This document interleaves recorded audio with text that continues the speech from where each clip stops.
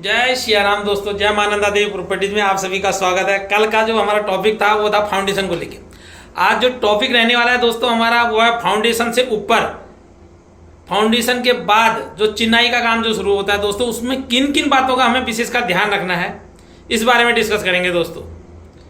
अब फाउंडेशन हमारी कंप्लीट हो गई, अब हमारे काम है चिनाई का। चिनाई में हमने इस बात का ध्यान रखना है कि जो हमारे कमरे हैं 12 बाई 12 के, किचन 8 बाई 7 का है, लॉबी 15 बाई 20 की, जो भी हमारा जो साइज़ है उसमें हमें ध्यान रखना है। अगर 12 बाई 12 का हमारा कमरा है तो अंदर गुनिया में 12 बाई 12 है या नहीं है दोस्तों। अगर ईंट लगाते समय हमने नापा नहीं तो हमारा कमरा टेढ़ा हो सकता है। बाद में टाइल लगाने के टाइम पे हमें बहुत ही दिक्कतों का सामना करना पड़ेगा और उससे हमारी जो मेहनत है वो बेकार हो सकती है। इसलिए दोस्तों हमें उस समय कमरे को नाप लेना है और चिनाई हमारी शुरू हो गई तो हमें उसके बाद कमरे को नापने के बाद फिर हमने देना है कॉलम पे ध्यान। जो कॉलम जो भी हमारे, चाहे वो 9 बाई 9 के हैं, 9 बाई 14 के हैं, या जो कॉलम है उसमें हमें ध्यान देना है कि कॉलम के बीच में जो रिंग बंधे हुए हैं उन रिंग की दूरी कम से कम 7 इंच 8 इंच से अधिक ना हो, नहीं तो मिस्त्री एक एक फीट पे भी बांध देगा दोस्तों।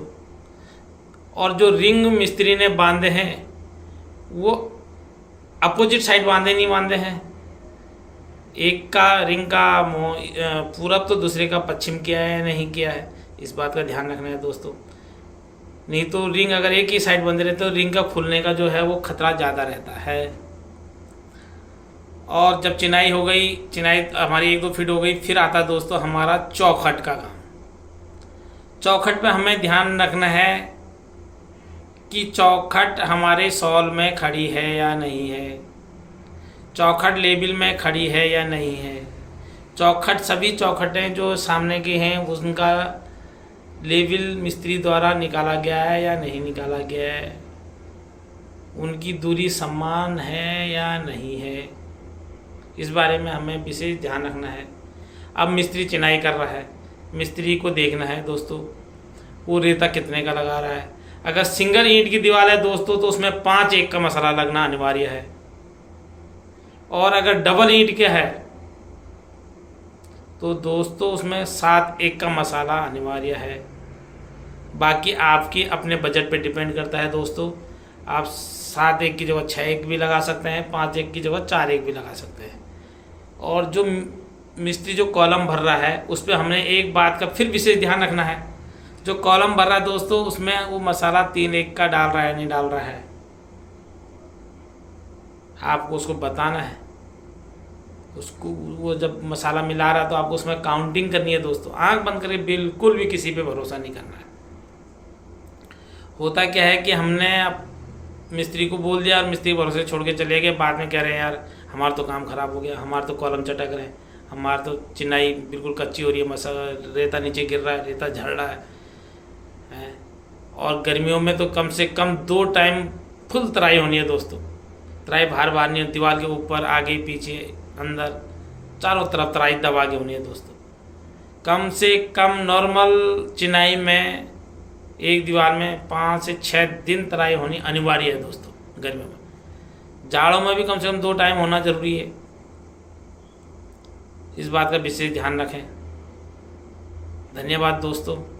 आज का जो टॉपिक था वह हमारा आपका चौखट लेवल तक हो गया दोस्तों।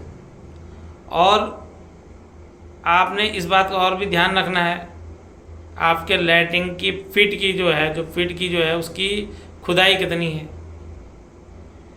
लैट्रिन का फिट अगर बिल्डिंग के अंदर है तो जो उसकी कॉलम है वो नीचे से ही आने चाहिए दोस्तों, उसमें पूरा नीचे जाल बंधना चाहिए, नहीं तो दोस्तों मकान बैठने का आपको खतरा रहेगा। और दीवार के चारों तरफ जो मिट्टी है वो दबनी चाहिए दोस्तों बढ़िया करके। और आपके फिट बनेंगे दोस्तों नॉर्मल मकान में कम से कम 4 फिट। एक तो आपका लैट्रिन का फिट हो गया, दूसरा लैट्रिन का सोखता हो गया, तीसरा जो बन रहेगा आपका किचन का, चौथा आपका बनेगा बाथरूम का। चारों फिट अलग अलग बनने हैं दोस्तों, क्योंकि किचन का पानी बाथरूम में ना जाए, और बाथरूम का पानी किचन में नहीं जाए, क्योंकि दोस्तों किचन से हमारा जो भी वेस्टेज मटेरियल निकलता है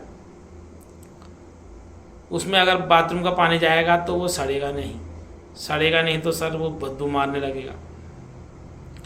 और ख़ासकर आप किचन में और बाथरूम में नेन ट्रिप का यूज करें, अंदर साइड से नेन ट्रिप लगा दें दोस्तों, उसमें पानी रहेगा तो जो किचन से जो गैस आएगी, पीठ से जो गैस बैग आएगी वो किचन में नहीं आएगी, उससे बदबू अंदर नहीं आएगी दोस्तों।